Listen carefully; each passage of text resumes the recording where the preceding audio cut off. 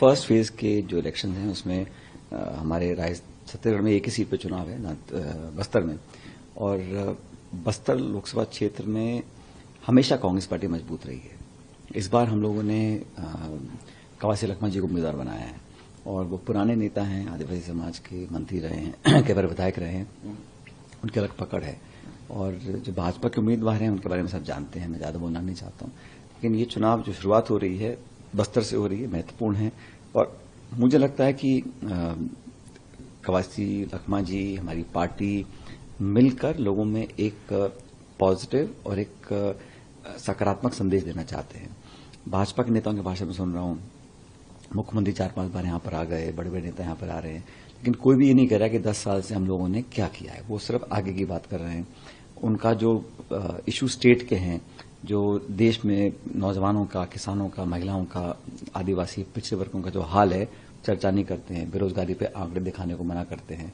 और जो उनका चुनाव प्रचार भी है वो मुद्दों से हटकर इमोशनल इश्यूज को, जज्बाती मुद्दों पर, धर्म, मंदिर, मस्जिद, इस पर केंद्रित करते हैं।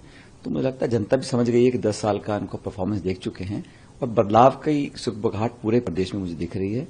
4 महीने इस नई सरकार को बने हो गए हैं और न सिर्फ यहां पर हिंसा में वृद्धि हुई है, जो उन्होंने वादे किए थे उसको पूरा करने की कोशिश भी नहीं कर रहे हैं। तो ये एक बड़ा एक अनइम्प्रेसिव और एक नॉन परफॉर्मिंग गवर्नमेंट अभी तक साबित हुई है। 4 महीने का समय ज्यादा नहीं होता, लेकिन अभी से लोगों के अंदर एक ऐसा एहसास हो रहा है कि भाजपा को वोट देकर उन्होंने न्याय नहीं किया। और हमारी सरकार जो पहले थी, अच्छा काम किया, अच्छी पॉलिसीज थे, लेकिन हम सरकार नहीं बना पाए। वोट शेयर का गैप बहुत ज्यादा नहीं है बीजेपी कांग्रेस का विधानसभा चुनावों में, और इसलिए मुझे लगता है कि हम अच्छा परफॉर्म करेंगे सभी 11 सीटों के ऊपर। ये तो हमेशा से लोग बोलते हैं, लेकिन मुझे लगता है कि देश का जो मिजाज है आज बदल चुका। 5 साल पहले जिन बातों को सुनकर जनता ने वोट दिया था, वो बातें सुन के लोग उब चुके हैं।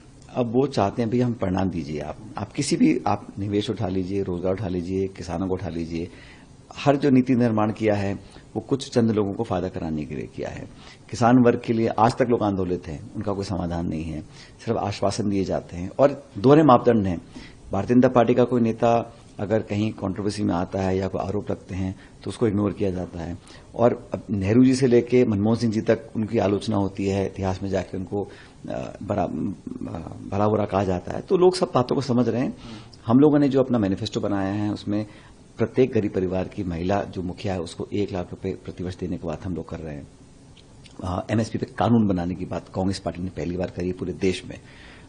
महिलाओं को 50% रिजर्वेशन जॉब्स के अंदर देने की बात कर रहे हैं। 30 लाख जो पेंडिंग वैकेंसीज हैं गवर्नमेंट ऑफ इंडिया के जॉब्स की, उसको हम पूरा करेंगे।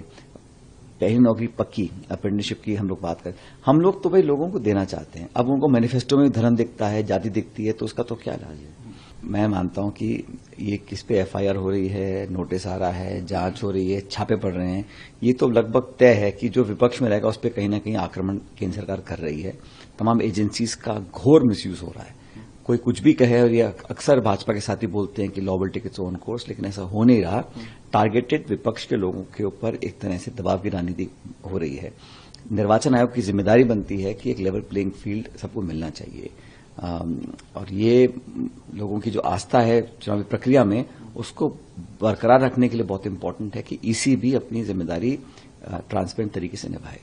अगर आप ये वीडियो YouTube पर देख रहे हैं तो हमारे चैनल को सब्सक्राइब करें और बेल आइकन को दबाना ना भूलें। अगर आप Facebook पर ये वीडियो देख रहे हैं तो हमारे पेज को लाइक करें।